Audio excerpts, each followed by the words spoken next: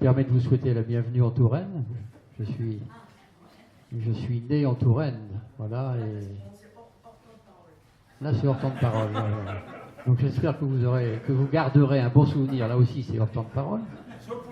Et je vous remercie d'avoir choisi Tours pour travailler comme vous êtes en train de le faire. Vous allez continuer de le faire demain. Puis Tours, c'est un lieu emblématique.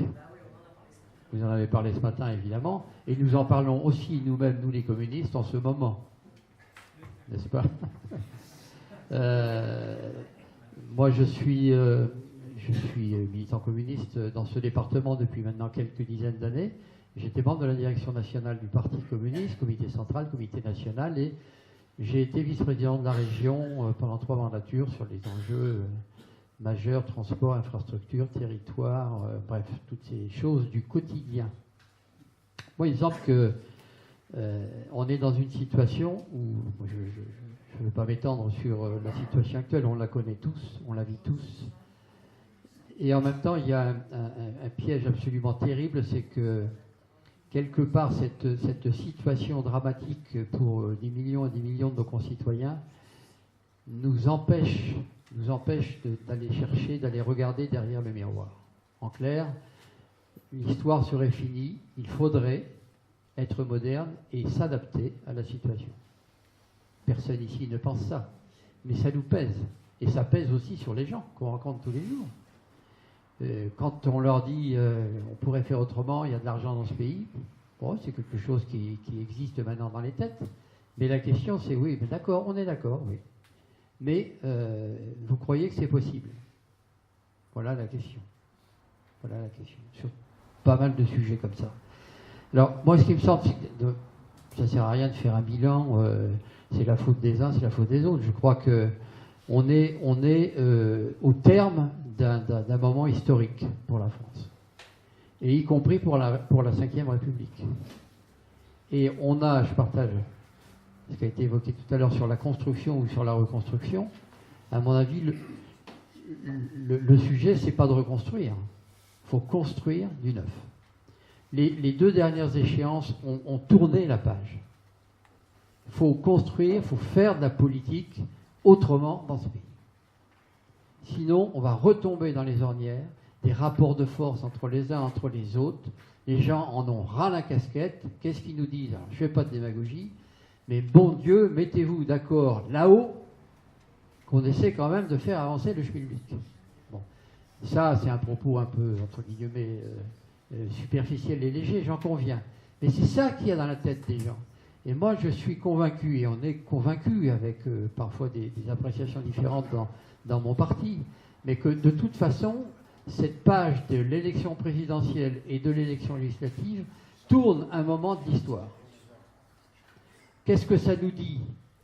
Moi, je le comprends comme ça. Ça nous dit qu'il faut recycler complètement le modèle de la politique en France, sortir de cette structuration de pensée des partis politiques ou des mouvements calqués et imprégnés de la Ve République et de la Constitution française.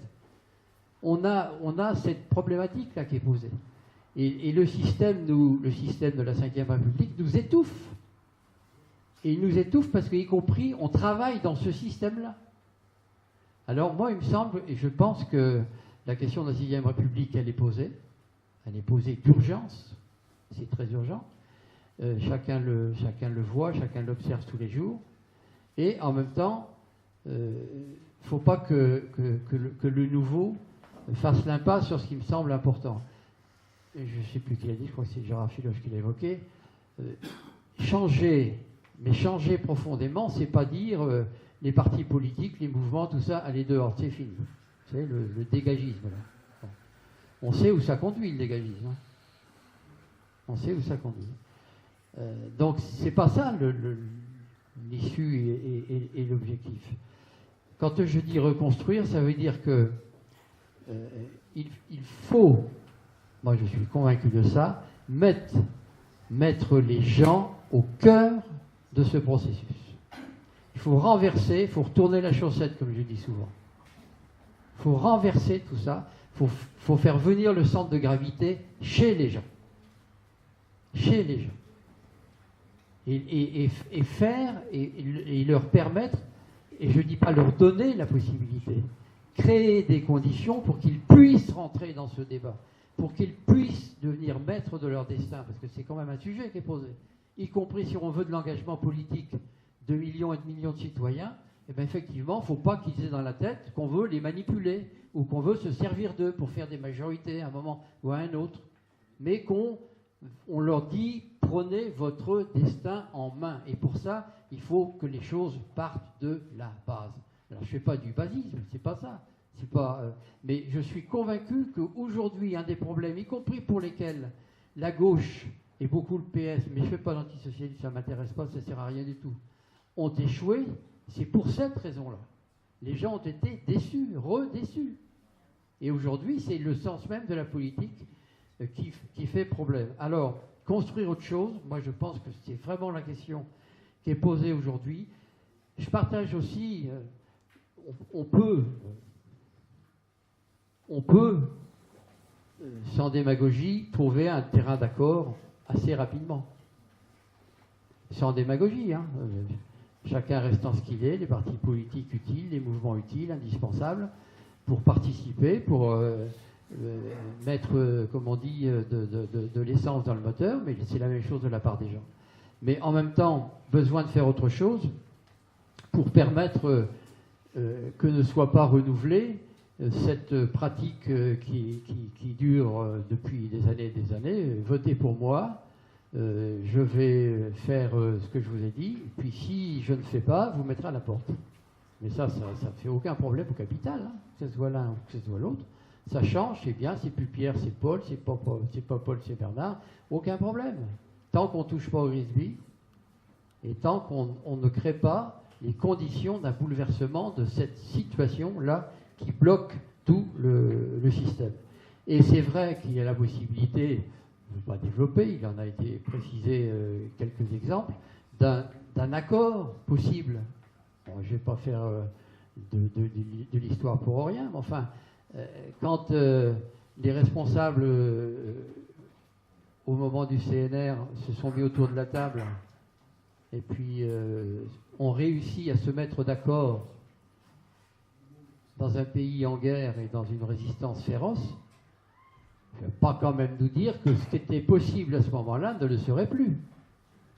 Sans démagogie, parce qu'après, ça a été dit aussi, il ne s'agit pas de faire des dénominateurs le plus bas possible. On sait tous où ça conduit. Hein. Ça s'appelle dans ma Touraine un attrape-couillon. Hein, chez toi aussi? D'accord. Donc c'est un truc national. Donc moi je pense qu'il y a effectivement la possibilité de construire avec, là aussi, la démarche c'est de poser ces choses-là. Sur quoi on peut se mettre d'accord? Effectivement, y compris sur la question des échéances électorales et particulièrement sur l'Europe. Bon, le Parti communiste essaie d'avoir une position claire en faveur d'une liste de rassemblement, de large rassemblement. Alors, je ne sais pas vous dire ce que va être la décision du comité national qui est en réunion aujourd'hui et demain sur ce sujet-là, mais c'est la piste qui est posée. Moi, je suis complètement convaincu que de toute façon, il me reste une minute, que de toute façon, il n'y aura pas, et je pense à ce que disait Mandela, l'unité et la loi de la victoire pour les peuples opprimés. Alors, il ne faut pas non plus être démago par rapport à ça, mais en même temps, si on ne porte pas, si on ne permet pas à des gens de se dire qu'il y a un peu d'espoir, qu'on peut s'engager, qu'il faut s'engager, alors effectivement, il n'y a pas de perspective. Et la dernière des choses, je veux dire, je crois qu'on a tout ça dans la tête aujourd'hui, sortir de cette démarche qui vise à nous enfermer, eh bien, moi je suis convaincu qu'il faut faire que l'intelligence des gens prenne le pas, prenne la place de l'obscurantisme et de l'acceptation du plus dur à vivre pour les uns et pour les autres.